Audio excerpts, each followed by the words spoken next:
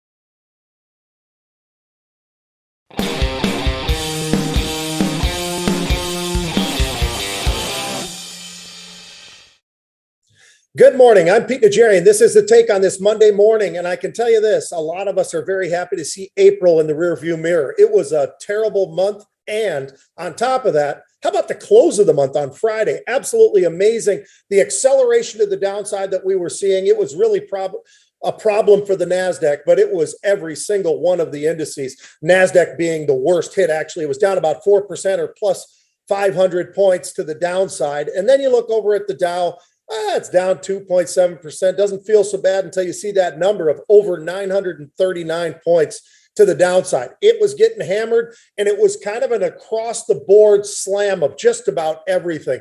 Couple of different stocks actually were in the green on the day, but not very many. We'll jump into that in just 1 second. You had crude oil closing out the week around 104. We've been holding and talking about it's been in a bit of a tight range, the price of crude.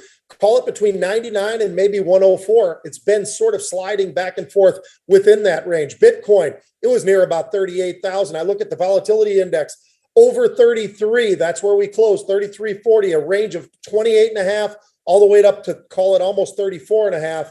But there we were closing near the highs of the day, just off those highs of the day for the volatility index. That's unusual as well, just because of the fact that, hey, we were going to the weekend. Sometimes you start pricing in that weekend. That didn't seem to happen. Volume of about 44 million contracts on Friday. So pretty substantial volume. We had a much lower volume month in April. We talked about that all throughout the month. It was Apple trading over 2 million contracts. It was Tesla near 2 million contracts. Facebook under 1 million contracts, but 900,000 contracts in Facebook as well. So you also had the S&P getting hit down about 3.6%. Now, that's a pretty strong number as well. Every single sector was in the red. Only materials was the only sector not over 2% to the downside. So that gives you a little bit of an idea of every sector participating in this sell-off. You look over at consumer discretionary. What was it?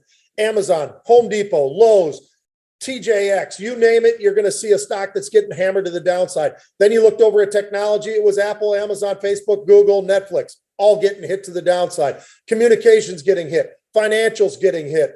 Energy getting hit. It was names like Chevron and Exxon and Shell and BP and Devon, all those names, whether they were in the high beta or what, they were all getting slammed to the downside for sure. And we did see that happening in front of us. There was a few bright spots. I have to point out that as well. You had Mohawk, you had Celanese, you had Honeywell with a really big number. That was really impressive. And believe it or not, some of those Chinese names actually did stand out because they were not just up, but they were up pretty substantially. When I looked at PDD and NetEase and JD and Baidu, actually had a pretty decent day, a pretty remarkable day, looking at how things all sort of unfolded. So we did have the draft. We did have a long weekend. We had a chance to kind of digest what was going on. And yet volatility seems to still be here in May, at least for the start, the first hour of the day. And the markets have been up and down and all around. We started kind of flat, NASDAQ down about 40 points, then it was down 80 points, then it was up 80 points. Last I looked, it had pulled back, but then it jumped up. It was up 100 points or so. Matter of fact, the Dow, sort of the same thing. We actually got into negative territory by triple digits. We were down about 120 early.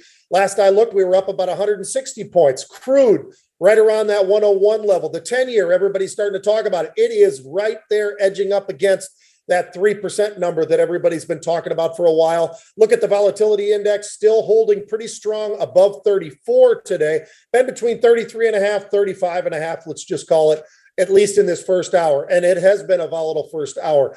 Bitcoin up about 2%, trading about 38,800 this morning. So consumer discretionary, yeah, that started to move a little bit. Communications absolutely started to move to the upside. That was helping fuel something in the markets. Technology, which was down about 0.5%, actually flipped and was positive by about 1%. You could see it in a lot of these various names. It was Tesla, it was Facebook, Netflix, Google, all having a nice sort of a shift towards the upside once again. So we really are seeing a lot play out. And of course, a lot of controversy, somewhat controversy at least, coming out of what was going on with Berkshire and Buffett and some of the commentaries, sort of attacking a few areas, going after a little bit of the crypto world, going after Robinhood, going after a few other things.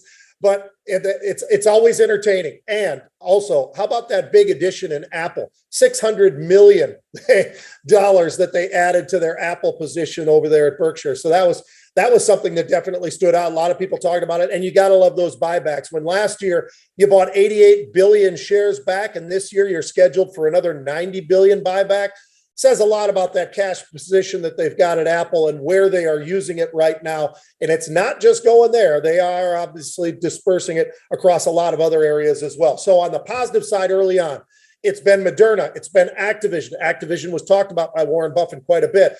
Schwab, Mohawk again, DocuSign, Netflix, Facebook. I mentioned a few of those.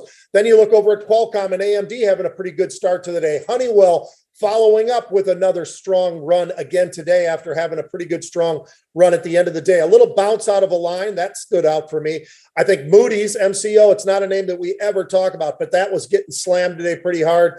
Amazon under a little bit of pressure once again. Some of those airlines early on, I was looking at Alaska and United, they were getting hit a little bit. Fidelity getting hit also. Visa, American Express, a little bit of a push to the downside as well. Then you've got Boeing, but Boeing has bounced back with the market. Obviously, the way the market's shifting around, a lot of these names have shifted since just 15 minutes or a half hour ago already. Merck, Apple were in a negative territory as well. I got two unusuals. I'll also be on two shows today. You're going to see me on the noon show with Scott and the gang. A lot to talk about there at halftime. Then later on, we're also going to get together with Melissa Lee and the gang, and we'll be on the Fast Money. Also on top of that, we got WCCO, the top of this hour, as a matter of fact, for about 10 minutes talking about the draft. I did a lot of draft coverage this past week as well for the NFL. Really, really fun stuff, crazy stuff, and a lot to talk about there. And it's fun because it's the creation of something for this year on top of free agency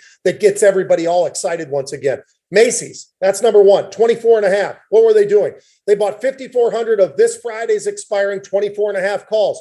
Right where the stock is, they're buying those calls. Those were going for about 75 cents for those options. Looking for a nice, maybe a little bit of a squeeze for Macy's to the upside. Second, it was Boeing. Now, this one's interesting because I rarely do bring up puts. They're a lot more difficult to kind of dissect. What are they doing? Why are they doing it? So are they buying protection? Possibly. Or are they leaning a little bit more to the downside? Well, time will tell. I am not in this trade because it is a difficult trade, but it still stood out for me. 2,700 of Friday's expiring 145 puts. What made that interesting was they started when the stock was trading about just under 148. They finished buying these puts when the stock was down there below 146, closer to 145.80, and they were buying these 145 puts for about $3.10 all the way up to almost $4. Interesting, but it's very, very difficult to dissect that one. Still worth pointing out because it is something that we've been watching Boeing. We've been seeing the pressure that's been on.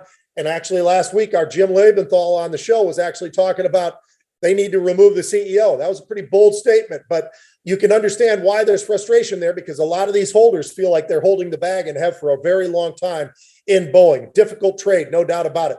Folks, I hope you have a great day of trading. Look forward to seeing you sometime throughout the day. Maybe you can even listen in on the WCCO. They've got the live streaming as well. So that's another one. We'll be talking about financials. We'll be talking about football. We'll be talking about the Wild. We'll be talking about basketball, everything. It's going to be a lot of fun. Quick 10-minute segment with my man, Mikey Max. Looking forward to that. Folks, have a great day of trading.